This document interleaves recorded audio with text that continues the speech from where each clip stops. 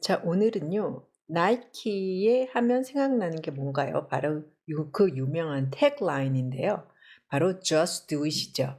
자, 근데 이게 유명해진 이유가 있죠. 바로 이 just 때문인데요. 자, 오늘은 이 표현을 보면서 만약에 나이키의 태그라인이 just do it이 아니라 그냥 do it이었으면 어떻게 되었을까? 바로 가정법인데요. 자, 나이키의 태그라인을 보면서 가정법을 정리해 보고 또한 가정법에서 가장 헷갈리는 핵심을 우리가 오늘 짚어보면서요. 나만의 표현을 문장을 만들어 보도록 합시다. 오케이. 그리고요, 중간중간에 우리가 앞서서 살짝 봤던 그 관계대명사 목적격 같은 것도 중간중간에 복습할 예정이니까요. 끝까지 집중해 주세요. 오케이. Let's get started. 자, 오늘 첫 문장으로는요. Motivation is not a matter of will, but a matter of skill. 자, 요 문장을 가져와 봤는데요. 자, 우선 이 말을 갖고 온 그 배경을 한번 보면요. 그 나이키에서 이 Just Do It이 유명해진 이유도 바로 여기에 있는데요. 만약에 이 just가 없고 그냥 do it이라고 했으면 그 사람들한테 오히려 반감을 일으키지 just do it, 그냥 해봐 라고 살짝 던져주면서 그 just의 힘이 한마디로 그 인간적인 면의 그런 감정에 우리가 늘 갈등을 하고 있는 할까 말까 하는 그 사이에 그냥 해봐 라고 해서 그 인간적인 그 약간 호소를 띠기 때문에 그 태그라인이 유명해졌다고 합니다. 그래서 그 작가가 이 말은요, Let Them Theory로 유명한 그 멜 로빈스라는 그 여자분이 한 말인데요. 그래서 유명해졌다고 해요. 그래서 해석을 하면 그 전형적인 뭐 not A but B, 그죠? A가 아니라 B다. 그래서 이 동기부여라는 것은 의지의 문제가 아니라 일종의 스킬의 기술의 문제이다라고 이제 이분이 이렇게 얘기를 했다고 해요. 자, 그래서 우리가 여기서 좀 더 살펴봤거든요. 우선 뭐 not A but B, A가 아니라 B다. 뭐 요거는 뭐 수거처럼 우리가 외워서 늘 사용하는 거죠. 그쵸? 근데 이제 여기서 하나 더 보고 싶은 단어가 바로 이 skill이라는 건데요. 뭐 기술 뭐 요렇게 뭐 대부분 해석이 되는데 중요한 거는 여기서 이 스킬 같은 것도요. 영어에서 이렇게 추상명사로 사용될 때가 있고 또 이런 셀 수 있는 명사 로 그 사용될 때가 있는데요. 그럴 때는 셀 수 있다는 명사의 말은 뭐 a skill이 될 수도 있고 또는 skills라고 복수가 올 수도 있다는 얘기죠. 그래서 우리가 뒤에서 예문을 좀 더 보고 이런 그 명사가 언제 추상명사로 쓰이고 언제 다시 셀 수 있는 명사로 쓰이냐 요 차이도 한번 짚어보도록 해요. 자, 우선 첫 번째 문장을 보면요. Cooking is a skill everyone should learn. 자, 요런 문장이 있는데요. 이 문장은 사실 제가 어제 저녁에도 쓴 말인데요. 그 이제 제 아들한테 그 12살 난 아들이 있는데 이제 요리는 그 취미를 좀 붙이기 바라는 의미에서 야, 요리는 야 누구나 배워야 하는 일종의 진짜 기술이야. 하나의 기술이야. 제가 이제 이런 말을 했었는데요. 자, 여기서는 a skill이라고 해서 이 셀 수 있는 명사로 왔죠. 그래서 왜냐면 이 요리라는 것도 여러 가지 뭐 기술도 많잖아요. 뭐 언어를 잘하는 뭐 그것도 기술이 될 수 있고 뭐 그림을 잘 그리든 뭐 피아노를 잘 치든 이런 하나의 기술인데요. 그런 여러 가지 기술이 있지만은 그중에서 이 요리라는 거는 그 우리가 모두 배워야 하는 모든 사람이 배우며 하면 하나의 기술이지. 자, 그런 의미에서는 그 특정한 요 하나의 기술이 되는 거죠. 그래서 고를 때는 셀 수 있는 명사로 쓰여요. 그래서 cooking is a skill everybody should learn. 자, 그리고 여기서 하나 더 볼게요. 우리가 앞 시간에서 그 관계대명사 그 목적격에 대해서 얘기를 좀 했었는데요. 자, 그럼 이 문장은 요 구조가 어떻게 되는가 한번 봐요. Cooking is a skill. 좋아. 그래. 요리는 일종의 하나의 기술이야. 근데 이제 기술에 대해서 내가 더 하고 싶은 말이 있어. 근데 그거 하고 싶은 말이 문장이에요. 그럴 때는 그 skill과 그 문장 다 사이에는 그 that이 오죠. 그쵸? 근데 이제 여기서는 생략되고요. A skill that everyone should learn. 근데 그 스킬이 돼서 내가 하고 싶은 말이 모든 사람이 everyone should learn. 배워야만 하는, 배워야 되는 일종의 하나의 기술이야. 이제 이 말을 하고 싶은 거야. 그쵸? 그래서 여기서도 명사를 딱 던지고, 그러고 나서 뒤에 나오는 말이 everyone should learn. 모든 사람이 배워야 하는. 근데 이제 그 뒤에 문장을 그 that 이하에 뒤에 문장이 everyone should learn이에요. 근데 여기 지금 이렇게 보면은 cooking is a skill 그리고 everyone should learn 이거는 사실 두 개 문장이에요. 그쵸? 근데 이거를 우리가 두 개로 하면 아무래도 좀 덜 유창하게 느껴지고 좀 지저분하죠, 문장이. 한데 이걸 깔끔하게 하기 위해서 이제 한 문장으로 했고 그러다 보니 cooking is a skill. 스킬이 던졌어요. 근데 이 스킬에 대해서도 하고 싶은 말이 있어. 그거를 한 문장에서 얘기할 때는 뒤에서 뭐 everyone should learn 이렇게 끝나지 스킬을 벌써 앞에 던지고 그 앞에 나온 명사를 다시 또 뒤 문장에서 설명할 때 그 스킬이라는 거를 다시 또 쓰지는 않죠. 그러니까 한 문장에서 지난번에 한 게 이게 바로 이건데요. 한 문장 아니죠. 지금 거기서 어떤 앞에 명사가 던졌어. 근데 스킬이야. 근데 그거를 뒤에서 더 설명할 때는 그 스킬이라는 명사를 두 번 쓰지는 않고 그 외에 하고 싶은 말을 쭉 붙여서 한다. 근데 요게 지금 뭐 이론적으로는 이게 가장 현실적으로 내가 쓸 수 있는 그 관계대명사의 목적격인데요. 사실 왜냐면은 이거를 막 한국적으로 문법으로 따지면은 잘 정리가 안 되고 내가 쓸 수 없기 때문에 이걸 여러분이 쓸 때는 cooking is a skill.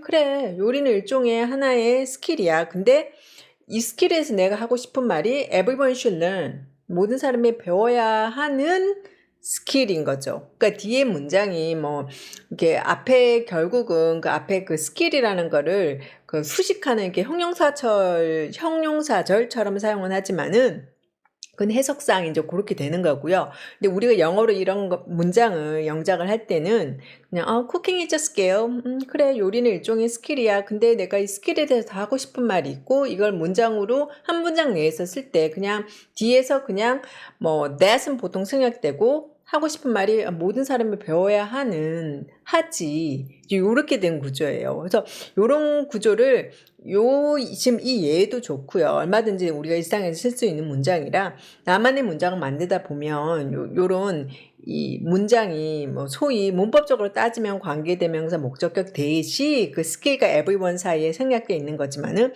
자연스럽게 내가 쓸 수 있게 된다. 요런 거예요. 오케이?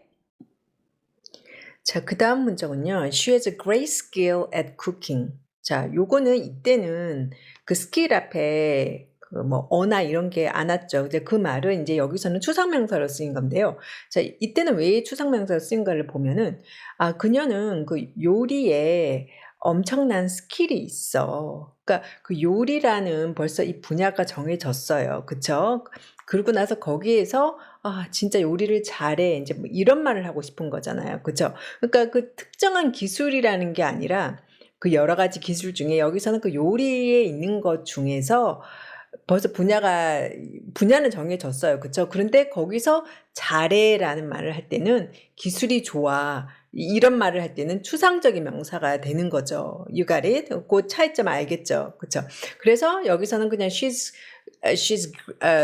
great at cooking. She's a great skill at cooking. 이제 요렇게 된 거예요. 근데 요거를 똑같은 그 수거로 그러니까 많이 쓰는 게 be skilled at 해서 뭐 그 수거로 이렇게 뭐 동사 뒤에 at 뒤에는 동사가 그러니까 명사가 온 경우에는 ing꼴로 고쳐야 되는 거죠. 그래서 she is skilled at cooking. 그래서 요게 사실 be skilled at이 오히려 이 그들이 네이티브들이 가장 많이 쓰는 표현은 뭐뭐에 능숙하다라는 요 수거로 우리는 외웠었는데요. 실제로 그들이 그 쓰는 문장을 보면 요 be skilled at 뭐뭐를 잘한다 할 때 he's skilled at cooking.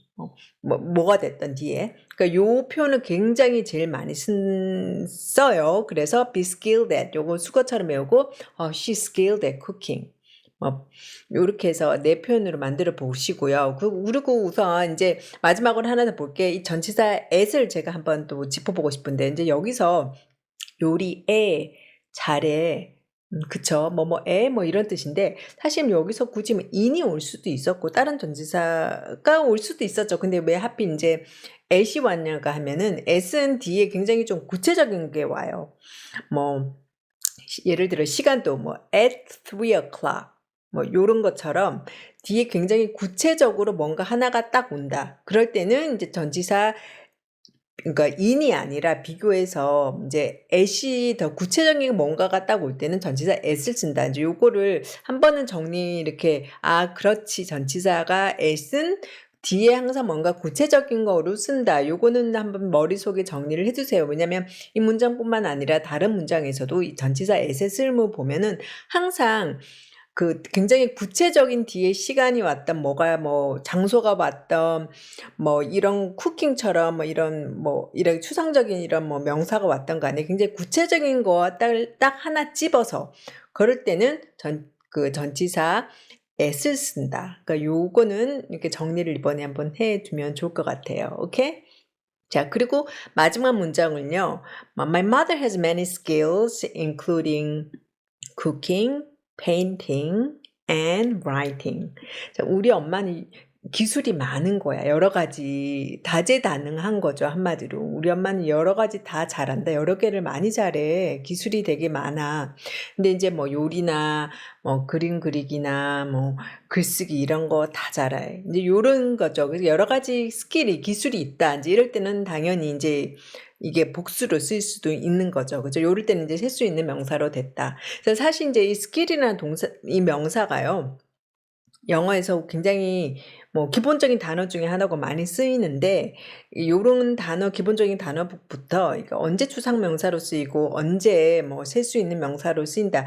요런 거를 개념을 이렇게 정리를 하면 나중에 다른 뭐 명사가 더 좀 복잡하고 더 헷갈리는 명사가 봐도 요 기본 룰이 그대로 가기 때문에 이런 우리가 많이 쓰는 단어로 왜 어떨 때 언제 추상명사, 뭐 일반 명사 이렇게 셀 수 있는 명사 쓰는지 요럴 때 이 컨셉을 이해를 딱 하고 정리를 해 두세요. 오케이.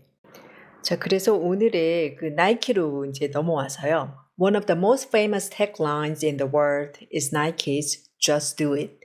자, 전 세계에서 가장 성공하고 유명한 태글라인 중에 하나가 바로 나이키의 Just Do It이다. 자, 이렇게 된 거죠. 자, 우선 이 태글라인을 살짝 설명을 하면요. 이거랑 뭐 슬로건도 들어보셨죠? 그러니까 요 차이를 한번 보면 태글라인 같은 경우는 어떤 브랜드의 완전 제일 중요한 핵심 아이디어를 딱 표현하는 그런 핵심 문구예요. 그래서 이제 고를 때는 태글라인이고, 슬로건 같은 경우는요, 약간 단기적인 그런 마케팅에 쓰이는 그런 문구 같은 거. 네, 그런 게 슬로건이에요. 그러니까 굳이 이제 비교를 하자면 요 차이가 있다는 거. 그러니까 일종의 슬로건은 소위 우리가 많이 들은 뭐 캐치프레이즈 그런 의미고요. 그러니까 이런 그 브랜드의 이 핵심을 막 value를 담아서 얘기하는 게 아니야. 그러니까 무슨 말인지 아시겠죠? 그래서 나이키의 태글라인은 Just Do It이고, 또 다른 우리가 좋아하는 맥도날드의 가장 유명한 태글라인은 I'm loving it. 그거 유명한 거 있죠. 그러니까 이것도 이 음식 인더스트리에서는 굉장히 제일 성공한 태글라인이라고 여겨지는 게 맥도날드의 I'm loving it. 그리고 이제 전체적으로 다 봤을 때 이 나이키의 Just Do It이 이 마케팅 전문가들이 얘기하는 최고의 그런 태글라인 중에 하나다라고 이제 이렇게 얘기를 하더라고요. 오케이. 자, 그리고 이제 오늘 중요한 문장을 돌아가서요. 자, 그래서 다음 문장을 보면요. If the tagline had been do it instead, Nike would have been a small player. 자, 한마디로 나이키의 태글라인이 had just do it이 아니고 그냥 do it이었다면, 자, 과거 사실이죠. 이 사실 자체가. 근데 만약에 do it이었다면 과거 사실의 반대예요. 사실은 이게 아니었죠. just do it이었잖아요. 그쵸? 근데 만약에 do it이었다라면 한마디로 과거 사실의 반대를 지금 얘기하는 거예요. 그래서 had been do it instead, Nike would have been a small player. 여기서 이제 would have been도 이제 영어로 발음할 때는 그냥 would have been a small player. 그쵸? 요렇게 이제 줄여서 더 발음을 더 많이 하죠. 이제 여기서 이제 문법적으로 더 확실하게 설명을 하기 위해서 would have been a small player. 그러니까 발음할 때는 would have been a small player. 자, 요렇게 발음해 주시고요. 그러니까 만약에 얘네가 태그라인이 그냥 do시였더라면 나이키는 진짜 일종의 그 작은 플레이어로 그쪽 그 바닥에서 작은 플레이어로 이었을 수도 있다. 이제 요 말을 하는 거예요. 그러니까 실제로는 완전 빅 플레이어죠. 그쵸? 근데 이제 이 태그라인 덕분에 이 나이키가 워낙 급성장을 했고, 특히나 그 시기가 이게 1988년 서울 올림픽이 일어난 그 시점에서 그 전에 요게 전 세계적으로 퍼지면서 그 올림픽을 통해서 더 많이 이제 광고가 된 그런 태그라인이라고 해요. 그러면서 그 이후로 나이키가 굉장한 엄청난 마켓쉐어를 장악하게 되죠. 자, 그 표현이에요. 그래서 여기서는 이 가정법 과거를 정확하게는, 그러니까 과거 사실의 반대를 얘기할 때는 이렇게 had been 쓰고 had가 오죠. 그래서 had been, 그리고 그 if 절에는 이렇게 오고 뒤에 주절에 가서는 would have pp 요 구조로 온다. 요거를 지금 저희가 제가 지금 하고 있는 그 thread, 그 영어 잡지, The Weekly 영어 잡지에서 지난주에 굉장히 다뤘었는데요. 그거랑 비교해서 같이 보면서 또 다시 한번 이런 정리하는 그 계기가 되었으면 좋겠어요. 오케이. 뒤에 가서 예문 좀 더 볼게요. 자, 그래서 다시 정리를 하면요. 가정법 과거라는 거는 이 과거 사실의 반대를 얘기할 때 쓰는 거죠. 그래서 그 형식을 보면은 if 플러스 had 플러스 과거 분사, 자, past participle 해서 pp라고 줄여서 얘기하죠. 그리고 주절에 가서는 would have 과거 분사. 자, 요 구조로 오는데요. 자, 예문을 더 볼게요. 이건 우리가 실제로 많이 쓰는 예문을 제가 하나 만들어 봤어요. 자, 부동산에 관심 있는 분도 꽤 있으실 건데요. 자, 이런 대화를 나눠보신 적 있지 않나요? 우리가 5년 전에 집을 샀더라면, 야, 지금쯤 그러니까 팔았다는 전제 하에서, 뭐 아닐 수도 있고, 지금쯤, 야, 우리가 굉장히 진짜 돈을 좀 벌었을 텐데, 이제 이런 말 많이 하죠. 그쵸? 자, 요거를 이게 이 영작을 제대로 한다고 생각을 해보세요. 그러면 if we had bought a house 5 years ago, we would have made a big profit.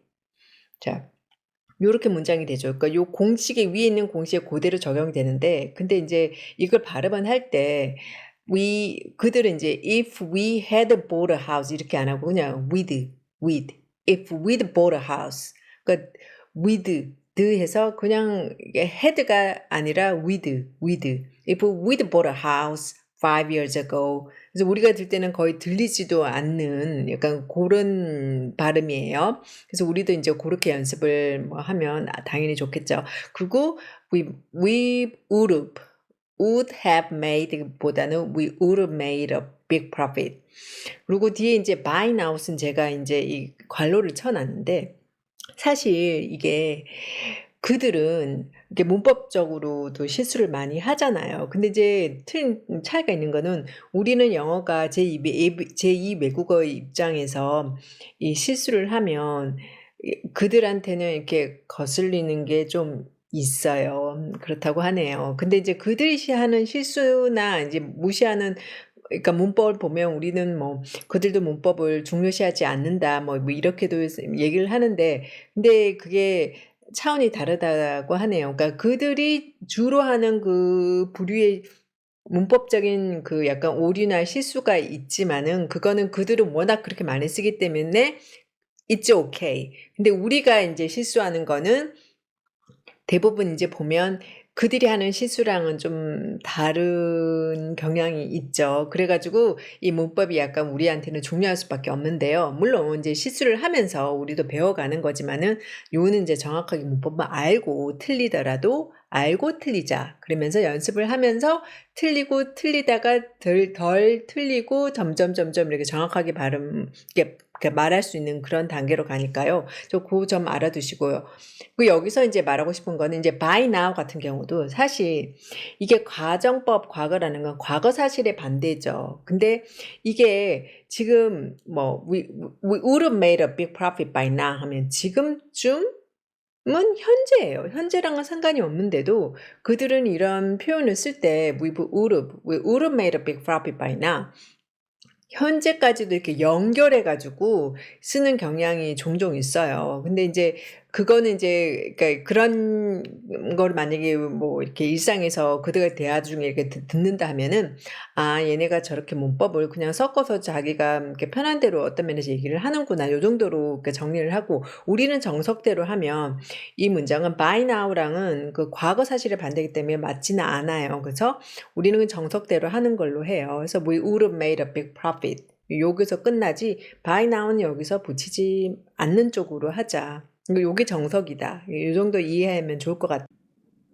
자 그러면 비교해서 가정법 현재 같은 경우는 현재 또는 미래 사실까지 포함해서의 반대 상황을 얘기할 때 쓰는데요.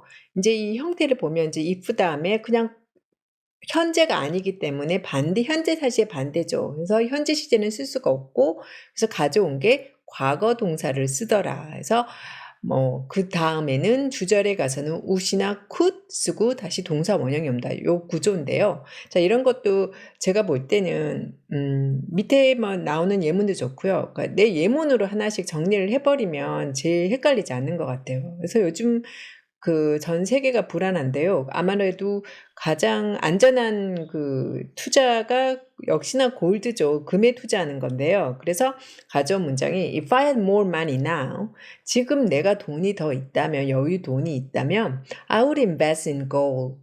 나 진짜 금에 더 투자할 건데. 근데 지금 현재 인제 말은 현실은 지금 돈이 없고 그래서 그 골드를 그 금에 더 투자할 수 없다는 얘기죠. 그래서 요렇게 요런 깔끔하게 문장으로 정리하는 걸로 해요. 자 다음으로 볼 게 혼합 가정법이라는 건데요. 사실 이게 가장 헷갈리고 동시에 가장 많이 쓰는 가정법이 아닌가 저는 개인적으로 그렇게 느끼는데요. 자 그 구조를 한번 보면 앞에 그 if절은요. 과거 사실의 반대예요. 음? 그러니까 그 폼이 뒤에 보면 밑에 보면 아시겠지만 had bought가 왔죠. had 플러스 pp가 와요. 근데 그러고 나서 주절에 가서는 이게 현재 사실과 반대가 되는 거죠. 거기 타이포가 좀 있네. 현대가 아니라 현재 사실의 반대죠. 그쵸? 그래서 고를 때는 현재 사실의 반대가 될 때는 우리 앞에서도 봤듯이 주절에 가서 would 플러스 또는 could 플러스 동사 원형이 오죠. 자 요런 경우를 한번 봐 봐요. 자 제가 느끼기에 이 가정법이 사실 덜 쓰인다고 느껴진 이유가요. 사실 우리는 현재 사실에 관계된 얘기를 과거에 있었던 일이지만 그게 지금 현재에 어떤 영향을 미친다. 뭐 요런 현재 사실에 더 관심이 많고 사실 그런 얘기를 더 많이 해요. 그러니까 이 혼합 가정법이 그런 면에서 제일 많이 쓰이는 이유가 될 수가 있는데요. 자 아까 앞에 나왔던 그 예문을 다시 가져봤는데요. 차이를 한번 보세요. 그래서 "If we'd bought a house 5 years ago" 우리가 5년 전에 집을 샀더라면 근데 실제로는 과거에 사지 않았었죠. 그래서 그 과거 사실의 반대가 와서 if we'd bought, we had bought 요렇게 왔죠. 그러고 나서 주절은 어떻게 된 거예요? 지금 우리가 그 we'd make a big profit by selling it now. 그러니까 지금 우리가 그거를 팔므로 해서 큰 이익을 만들 텐데. 자 요런 말을 사실 제일 많이 하는 거잖아요. 과거에 그래 이걸 했었더라면 지금쯤 나는 그래 뭐 이렇게 돼 있을 거야. 아니면 뭐 돈을 더 만들었을 거야. 또 뭐 더 승진을 했을 거야 등등. 과거 사실의 반대 그 후회를 얘기를 하고 나서 그게 지금 현재 영향을 어떻게 미친다. 요런 얘기를 가장 많이 하거든요. 그쵸? 그래서 이 문장 같은 경우도 우리가 if we'd bought a house 5 years ago, we'd make a big profit by selling it now. 인제 요렇게 되는 그 구조를 굉장히 많이 쓴다. 그러니까 요게 바로 혼합 가정법의 예이다 인데요. 여기서 인제 발음도 we would make a big profit. 뭐 자체가 발음 자체가 힘들잖아요. 그래서 여기서도 we would 하지 말고 그냥 we'd make a big profit. 요렇게 we'd make a big profit by selling it now. 자, 요렇게 발음하세요. 자, 좀 더 예문을 더 볼게요. 이게 제일 많이 쓰이는 것 같으니까요. 그쵸? 자, 다음 문장은요. If you had left earlier, you'd be here with us by now. 자, 이런 문장을 봐봐요. 아니, 네가 좀 더 일찍 떠났더라면, 근데 사실은 이제 꾸물거리고 늦게 떠난 거죠. 그쵸? 그러니까 과거 사실의 반대니까 had pp가 와서 if you'd left earlier 했더라면 you'd be here with us by now. 지금쯤 너 우리랑 여기 있을 거거든. 자, 이제 이런 얘기를 하는 거죠. 그쵸? 그래서 그 현재 사실의 반대예요. 지금 그 사람이 없는 거야, 여기에. 그쵸? 그래서 would 다음에 그냥 동사 원형. 그래서 you would be here with us by now. 자, 요렇게 된 문장이고요. 이제 그 밑에 문장을 한번 보면은 If I had started my own business earlier, I would be rich by now. 자, 요런 생각을 하시는 분들도 좀 있을 것 같은데요. 야, 내가 내 개인 사업을 조금만 더 일찍 시작했었더라면 과거 사실의 반대죠. I would be rich by now. 지금쯤 나 부자가 되어 있을 텐데. 그쵸? 그러니까 이건 현대 사실의 반대예요. 그쵸? 그러니까 과거에 그 한마디로 비즈니스를 내 개인 사업을 시작하지 않았었고 그래서 난 지금 부자가 아니야라는 얘기를 요렇게 돌려서 If I had started my own business earlier, I would be rich by now. 지금 인제 그러니까 보통 요런 말을 그러니까 실제적으로 현실적으로 과거 사실의 반대인데 지금 현재 사실에 어떤 영향을 미친다. 요 혼합 가정을 제일 많이 쓴다. 그래서 자기의 각자 문장을 만들어 보시고요. 그러면서 요거에 익숙해지면서 가정법이 굉장히 인제 헷갈리지 않게 확실하게 정리될 것 같아요. 오케이. 자, 오늘 강의는 여기까지고요. 자, 오늘은 우리가 제일 헷갈리는 가정법을 좀 정리를 했고요. 제일 많이 쓰이는 거 위주로 정리를 해서 여러분이 복습은 반드시 내 문장은 내가 만들어야지 영어적 사고력이 생기죠. 그래서 내가 쓰는 만큼 또 말로 얘기할 수 있으니까 반드시 쓰면서 정리를 하고 영어적 사고력을 기르면서 동시에 수시로 연습하는 말로 연습하는 거를 꾸준히 해 주세요.